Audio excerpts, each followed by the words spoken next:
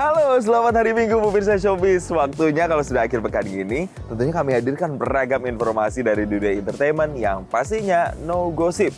Kali ini bersama saya Jason Sambo. Dan untuk membuka Showbiz kali ini, kami punya wawancara eksklusif untuk salah satu film yang tayang di tahun 2025 ini. Seperti apa? Ini dia.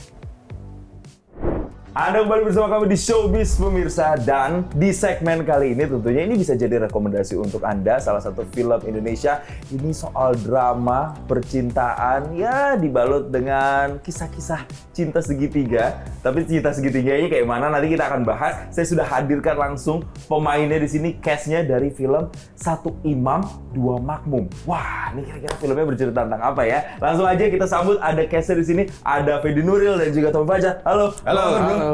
Baik. Kabar baik ya. Yeah. Sebenarnya semeringah banget kalau ngelihat Fedi Nuril ini, kalau denger judulnya Satu Imam Dua Makmum karena identik dengan cowok poligami. Ini poligami lagi apa enggak sih sebenarnya di film ini? Setelan pabrik banget ya judulnya. Sebenarnya enggak ya? Technically enggak, karena di sini kan ceritanya istri gue udah meninggal, Leila yang diperanin Revalina S. Temat. Terus gue menikah lagi dengan Anika yang diperanin Amanda Manopo. Dan Anika ini berusaha membuat gue jatuh cinta sama dia. Karena pernikahan kami memang dijodohkan oleh ibunya Arman, kakaknya sama teman-temannya Arman juga, supaya move on, membangun keluarga baru. Soalnya Arman ini punya anak perempuan umur 5 tahun, namanya Yasmin, yang idealnya sekecil itu masih butuh sosok ibu. Yaudah akhirnya menikah dengan Anika, tapi ternyata Anika merasakan nih suami gue belum sepenuhnya mencintai gue nih, dan dia berusaha memahami dan berjuang untuk dapet cintanya Arman. Iya. Intinya ada di persimpangan lagi lah ya, nggak bisa move on dari yang lama begitu, walaupun udah meninggal dunia gitu ya. Nah, ketika ditawarin cerita seperti ini, ada lagi di persimpangan dua hati ini, susah nggak dibandingkan dengan karakter-karakter film sebelumnya, atau justru adjustment-nya malah lebih gampang gitu? Justru susah karena kalau sebelumnya gue untuk mendalami peran poligami itu gue ke guru agama, karena kan sangat berhubungan dengan hukum agama Islam kan.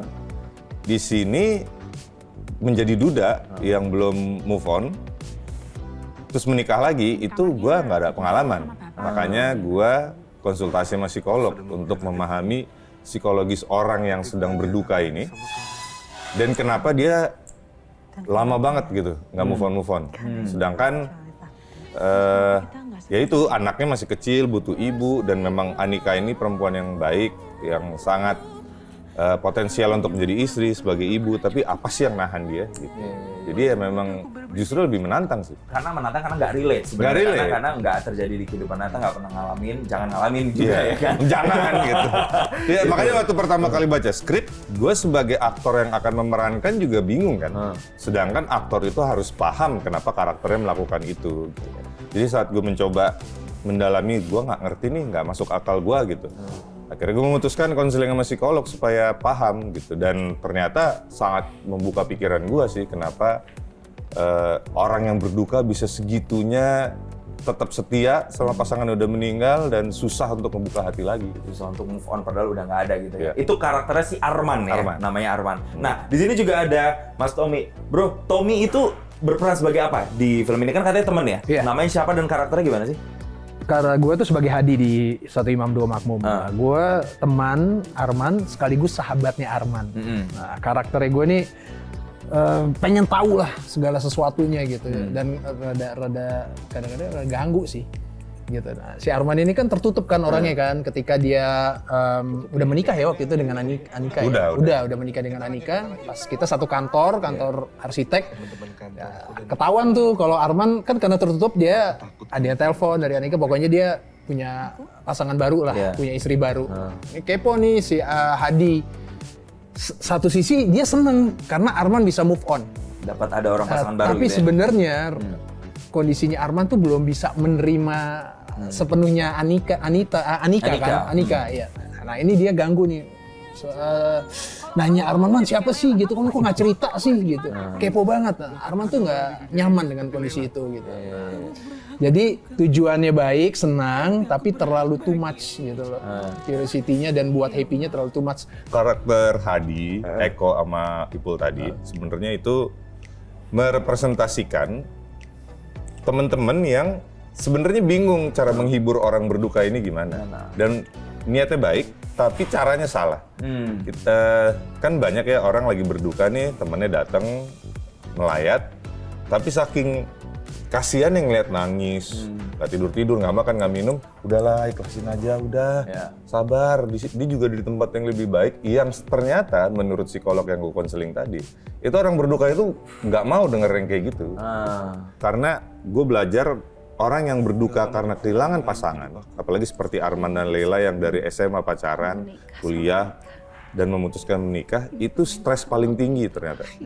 Dibanding kehilangan orang tua, temen, atau anak.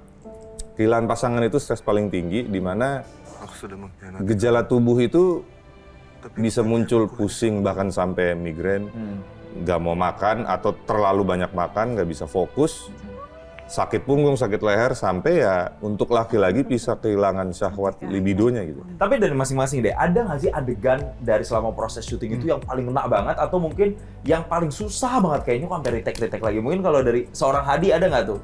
Scene mana tuh kira-kira? Scene apa ya? Oh, gini. Hadi tuh ada yang menarik di Hadi. Hadi tuh punya istri. Istrinya tuh si Leoni. Nah, dia tuh galak sama Hadi gitu, dan Hadi tuh takut sama dia. Nah, itu tuh. Hadinya genit juga soalnya. Hadi genit. Iya,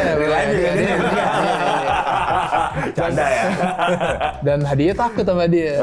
Itu ada yang momen saat, pokoknya pas scene berapalah gue lupa, terakhir deh kayaknya.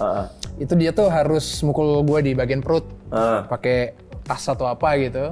Berasa Nah, itu berkali-kali sih. Ya lebih dari sekali lah intinya. Yang terakhir kenanya nggak pas. Nah, jadi di bawah perut kan. Nah, wah lojotan tuh. Iya, itu lucu tuh. Pakai tas ya? Pakai Iya, tas. pakai tas. Rasa api. Tapi jadi dapat kan rasa painfulnya kan. Nggak boleh kelihatan acting kan. Ini Nggak boleh yang lu keras banget sih. Nggak gitu. Di-cut nanti kan, dia harus terus reaksinya. Itu malah dapat ya. Iya. Itu salah satu pengalaman uniknya ya. Kalau dari seorang Arman, apa ada adegan yang paling sulit kayaknya? Jadi justru satu adegan yang bukan berkali-kali take ya. Justru belum take karena dari guanya tuh ada yang masih ganjel gitu, belum masuk logika gua. Jadi pas udah dipanggil nih, yuk pemain ke set, itu tuh gue masih bawa skrip kayak, "Mbak, ini saya sebenarnya belum menerima nih logika adegannya nih. Soalnya ini klimaks, jadi harus bagus dan gue sebagai aktor harus make sense gitu kan." Ya nggak bisa terlalu banyak cerita karena adegan klimaks. Intinya diskusi gue dengan sutradara bikin nggak syuting. Nah, gue tahu itu sebenarnya apa ya, berisiko ya. Gue bisa lihat kru tuh udah yang nyender, udah ada yang ngerokok di sana. Dan gue tahu mereka bete pasti.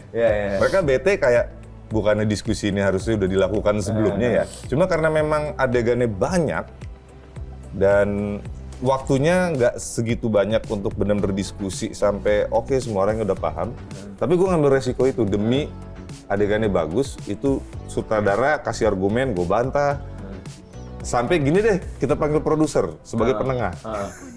Panggil produser, datang, ternyata gue kalah suara. Produsernya lebih mendukung yang maunya sutradara. Waduh, gimana ya? Gitu. Emang susah itu, Pet, buat lo mainin? Iya, karena gue belum nerima logiknya nih. Buat gue kok aneh kalau dia melakukan hal ini gitu. Terus gue lihat nih makin bete mukanya nungguin. Duh, gimana ya? Oke lah, kita ambil jalan tengah. Gimana kalau saya melakukan ini aja? Supaya jadi kita di jalan tengah nih. Saya cuma dapat setengah, sutradara dan produser juga dapat setengah, kita ketemu di tengah-tengah aja. Itu gimana? Oke lah, boleh gitu. Terus akhirnya ya sebelum take akhirnya gue bilang, sorry ya teman-teman bikin nunggu karena supaya adegannya bagus. Iya nggak apa-apa. Tapi tetap bete ya. Iya nggak apa-apa. Tapi tetap bete ya. Gue tahu tetap bete. Belum ikhlas tuh ya. Belum ikhlas. Dan itu ternyata udah nyebar ke produksi lain. Gitu. Katanya lo bikin syuting, cepet. nggak syuting Lama, ya gitu. Iya, gue nggak enak banget. Tapi gimana dong? Gue demi bagus adegannya gitu. Jadi ada tuh adegan klimaks tuh nanti kalau kalian nonton. Mudah-mudahan dapet ya. Cuma itu cukup bikin syutingnya nggak jalan Agak gara-gara lama di hari berdebat itu ya. dulu.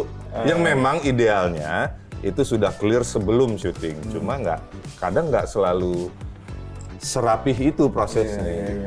Itu dia, apalagi ada satu trailernya itu kalau nggak salah ada kalimat dari Anika, kamu berhak berduka tapi aku berhak bahagia. Yes. Nah itu salah satu pesannya ya. Itu karena ternyata salah satu kebohongan yang paling merusak adalah membohongi diri sendiri. Wah, gitu sih. Deep banget ya. Iya. Kebohongan terbesar adalah membohongi diri sendiri gitu ya. Wah, Ya, semoga kebohongan yang merusak yang merusak adalah gitu ya. membohongi diri sendiri.